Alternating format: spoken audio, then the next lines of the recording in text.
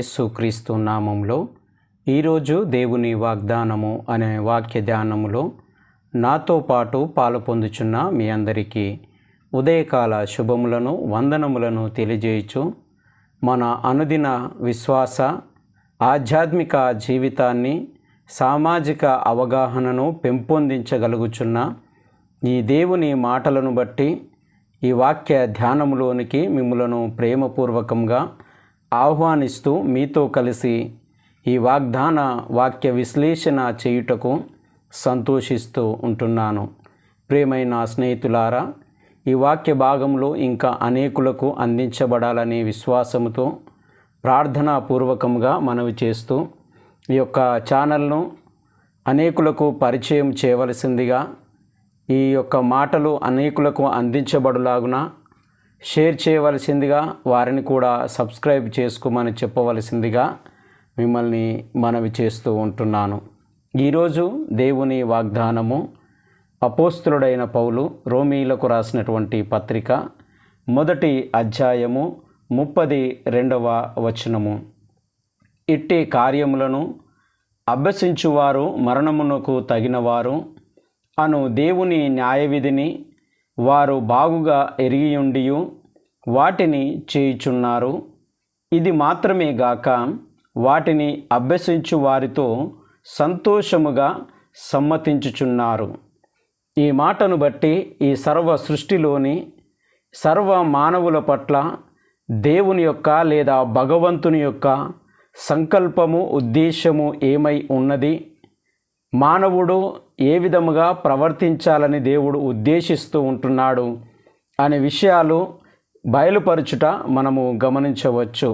ఉదయకాల సమయంన స్నేహితులారా, 2 విషయాలు మనల్ని ఇక్కడ ఆలోచింపచేస్తూ ఉంటుంది. మొదటిది, తెలిసి తప్పులు చేయడం. ఇది తప్పు అని తెలిసిన కూడా తప్పులు చేయడం మొదటిది.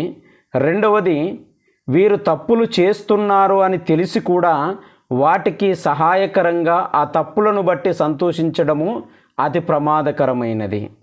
ఈరోజు మానవుల మధ్య జరుగుతున్నటువంటి అతి ప్రమాదకరమైన, అతి క్లిష్ట పరిస్థితులకు దారితీస్తున్న పరిస్థితులను మనం చూసినప్పుడు మానవుని ప్రవర్తన విధానము అనేది చాలా ప్రమాదకరముగా ఉన్నట్లుగా జ్ఞాపకం చేయబడుతూ ఉంటుంది.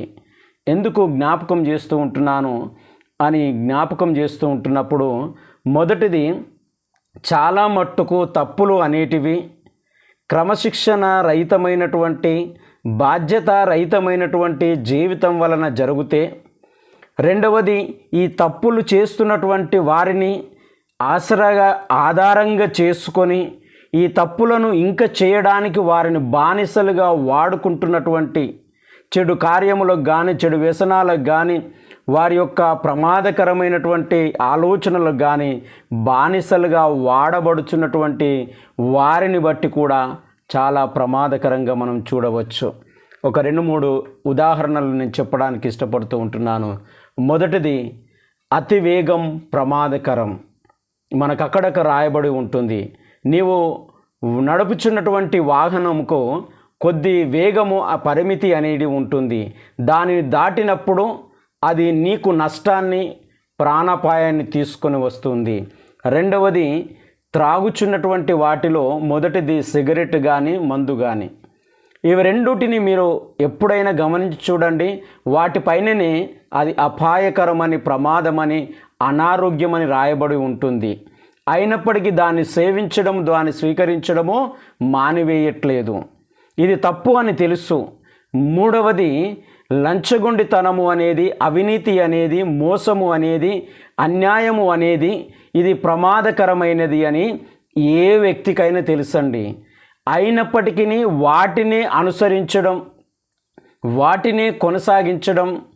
రెండవ విధానంలో మనం ఆలోచన చేసినప్పుడు, ఇలాంటి ప్రమాదకరమైనటువంటి పరిస్థితుల్లో మానవుడు ప్రయాణం చేస్తున్నప్పుడు త్రాగడం ద్వారా కావచ్చు, ప్రయాణాల ద్వారా కావచ్చు, చేయుచున్నటువంటి అవినీతి కార్యముల ద్వారా కావచ్చు, ప్రమాదానికి గురి చేయబడుచున్నప్పుడు తన చుట్టూన్నటువంటి వ్యక్తులు కానీ, తనను గమనిస్తున్నటువంటి వ్యక్తులు కానీ ఇలాంటిది ప్రమాదకరమని చెప్పలేక వాడు ఆ విధంగానే ఉండాలి, వాడిని ఆ విధంగానే ఉపయోగించుకోవాలి, వాడిని ఆ విధంగానే పాడవుతుంటే సంతోషించాలి అనేటటువంటి దౌర్భాగ్యమైనటువంటి సమూహము అనేది వ్యక్తుల చుట్టూ అల్లబడి ఉందండి.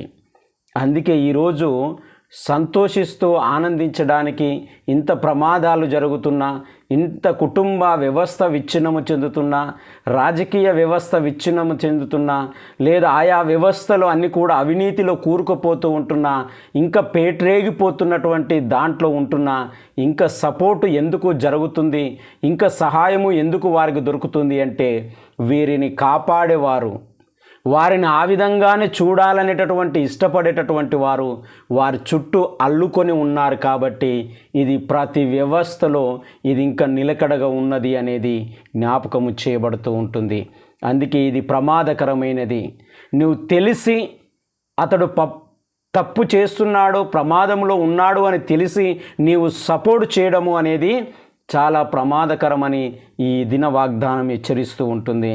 అందుకే అపోస్తుడైనటువంటి పౌలు ఈరోజు మనం విశ్లేషిస్తున్నటువంటి ఈ వాక్య భాగమును బట్టి మనం చూసినప్పుడు మీకు వీలైతే దానిపైన ఉన్నటువంటి 28వ వచనం నుంచి మనం చూస్తే ఈ 32వ వచనం వరకు గల వాక్య భాగంలో మీరు ధ్యానించినట్లయితే అక్కడ మనిషి ఎంత ప్రమాదకరమైనటువంటి పరిస్థితులకు అతడు లోనైనాడు అనేది జ్ఞాపకం చేయబడుతూ ఉంటుంది.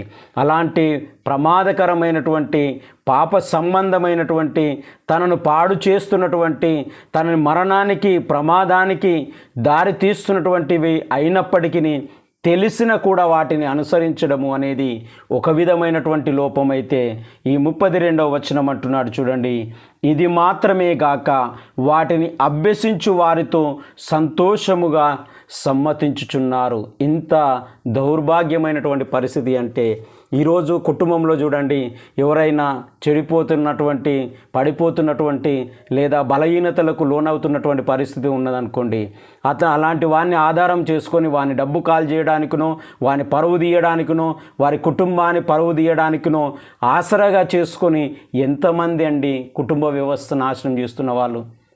ఈరోజు వాడు తాగిస్తున్నాడనో వాడు జలసాలకు నీకు అవకాశం ఇస్తున్నాడనో నీవు స్వార్థముతో ఆలోచిస్తుండొచ్చు, కానీ అది తీర్పు దినమున మనల్ని వదిలిపెట్టదనేది జ్ఞాపకం చేసుకోవాలా.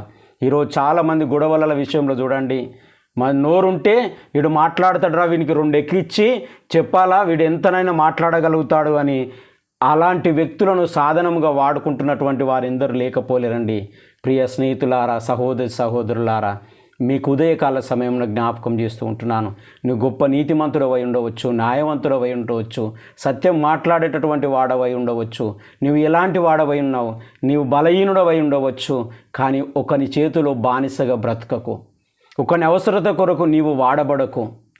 ప్రియమైన స్నేహితులారా, 2వ విషయం జ్ఞాపకం చేస్తూ ఉంటున్నాను. తెలిసి అతని ప్రమాదానికి నీవే కారణమవుతున్నావేమో, అతడు పాడు కావడానికి నీవే కారణమవుతున్నావేమో.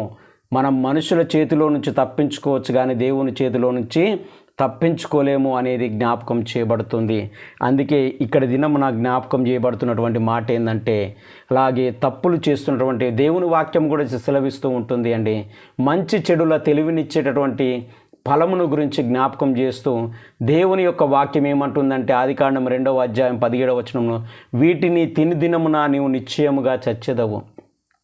ఈ యొక్క ప్రమాదకరమైనటువంటి వాటిని నీవు తింటే నీవు నాశనమైపోతావు, మరణానికి లోనవుతావు అని జ్ఞాపకం చేయబడుతూ ఉంటుంది. అలాంటి మరణకరమైనటువంటి వాటిని తినుచుండగా, అలవాటు చేసుకొనిచుండగా చూస్తూ మనము సంతోషిస్తున్న వారమై ఉంటే మనకంటే దౌర్భాగ్యుడు భూమి మీద ఎవడు లేడు అనేది జ్ఞాపకం చేయబడుతూ ఉంటుంది. నిజమే ప్రియమైన స్నేహితులారా, ఈరోజు మానవుడు ఆయా బలహీనతలకు, ఆయా చెడు వ్యసనాలకు, ఆయా చెడు చేసేటటువంటి విధానానికి అలవాటు పడినప్పుడు అవి గమనిస్తున్నటువంటి నీవు నేను మనము అతని అన్యాయాలను బట్టి, అవినీతి బట్టి, మోసములను బట్టి, లేక ఉన్నటువంటి బలహీనతలను బట్టి ఇదిగో అతన్ని గద్దించక లేక తప్పులని చెప్పలేక వాటిలోనే అతడు ఉండాలని సంతోషిస్తూ ఉంటున్నావా, లేదా వాటి నుంచి బయటపడాలని సహాయం చేసేటటువంటి వ్యక్తులుగా మనం తోడ్పడగలుగుతున్నామా? దేనికి మనం సపోర్ట్ చేస్తూ ఉంటున్నాం, దేనిని మనం ప్రోత్సహిస్తున్నాం అనేది జ్ఞాపకము చేసుకోవాలని దేవుడు ఈ దిన వాగ్దానం జ్ఞాపకం చేస్తూ ఉంటున్నాడు. దేవుడి మాటలు దీవించి ఆశీర్వదించును గాక.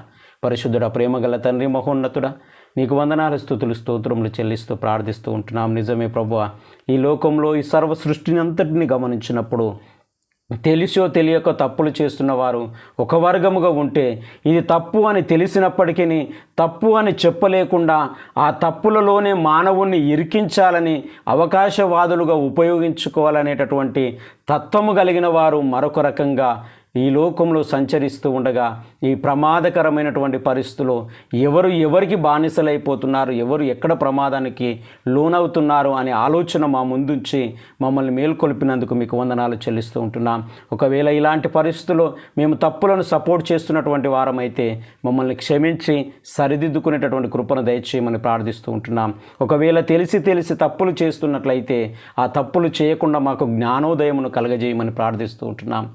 కన్నీళ్లతో, దుఃఖంతో, కుటుంబ సమస్యలతో, ఆర్థిక ఇబ్బందులతో, అప్పుల బాధలతో, అనారోగ్యముల చేత హాస్పిటల్లో ఉండి అయ్యా దేవా ప్రభు అని కన్నీళ్లు విడుస్తూ ప్రార్థిస్తున్నటువంటి బిడ్డల యొక్క మొరలను ఆలకించి అంగీకరించి ఆశీర్వదించుమని, దిన దీవెనలతోనూ ఆశీర్వాదములతోనూ ప్రతి బిడ్డను దీవించి పంట పొలాలను, పాడి పశువులను, ప్రయాణాలను, ఉద్యోగంలో రాకపోగలైంది నీ సన్నిధిని కాపుదల నుంచి దీవించి ఆశీర్వదించి మహిమ పొందుమని యేసయ్య పరిశుద్ధ నామమున ప్రార్థించి అడిగి వేడుకొనుచున్నాము తండ్రి. త్రియక దేవుని యొక్క దేవునాయన నిత్య సమాధానము మనందరికీ తోడుని దీవించి ఆశీర్వదించును గాక. ఆమేన్.